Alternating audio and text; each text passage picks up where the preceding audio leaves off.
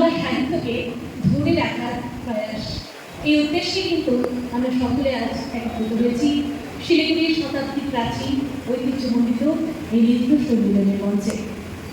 প্রত্যেক বছরের মতো এবছরও কবি প্রণাম অনুষ্ঠানটি আজ সমাপ্তি অনুষ্ঠান, অর্থাৎ এই অনুষ্ঠানটি গত 7 এবং 8 তারিখে প্রতিযোগিতার মাধ্যমে শুরু হয়েছিল।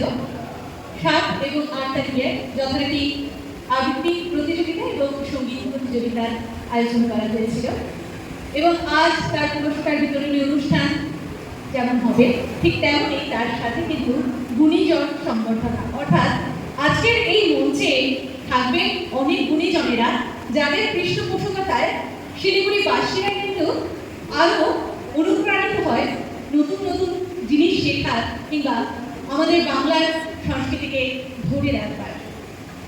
এছাড়াও হবে আজকে নানান ধরনের সঙ্গীতানুষ্ঠান এবং আমরা সবাই আজকে এই বিকেলটি এই সন্ধ্যেটি খুব সুন্দরভাবে উদযাপন করব কবিগুরুকে সঙ্গে রেখে, তার প্রতি শ্রদ্ধা জ্ঞাপন করে।